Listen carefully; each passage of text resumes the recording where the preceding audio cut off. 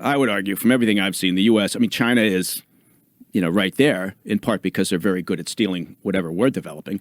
I had to get that in.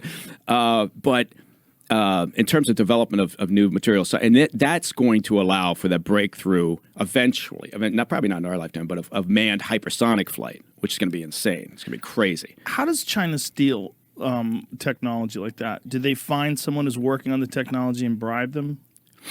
Yes, they go through a variety of ways. So one way that seems very unobtrusive and logical is they have people out attending all the various academic events, conferences, and so they do that. They'll hoover up whatever they can in that regard. That's very low key, right? That's always done, and oftentimes it's done in cooperation with U.S. academic institutions, right? They love that cooperation. They also love the money that comes into their institutions here in the U.S. Right. From China.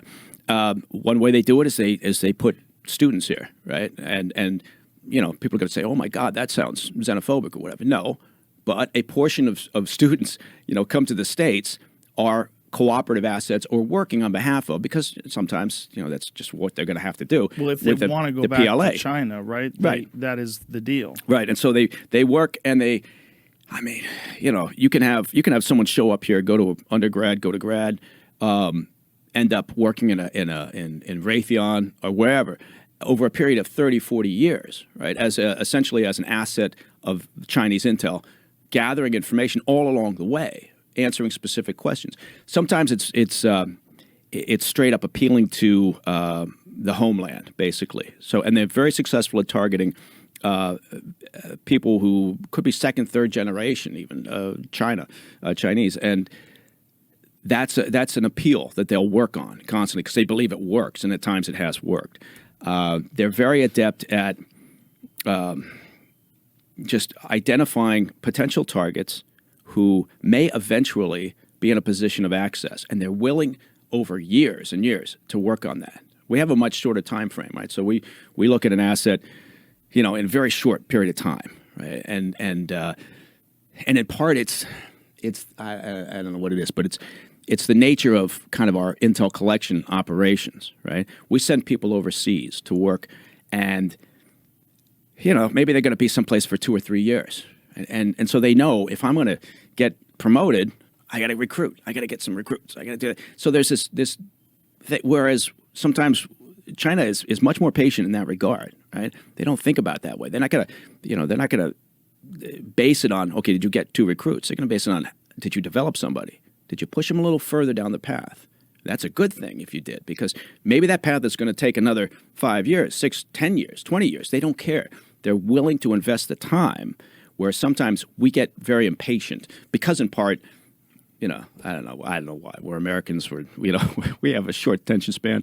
So it does. I mean, I don't mean that in a glib way, but there is that decided difference between the services. Do we do the same thing? Do we have people over in Chinese universities that are working with the United States government? Can you say that? No, we would never do that, Joe. Well, no, we would never do that, Joe. Come on, what the fuck?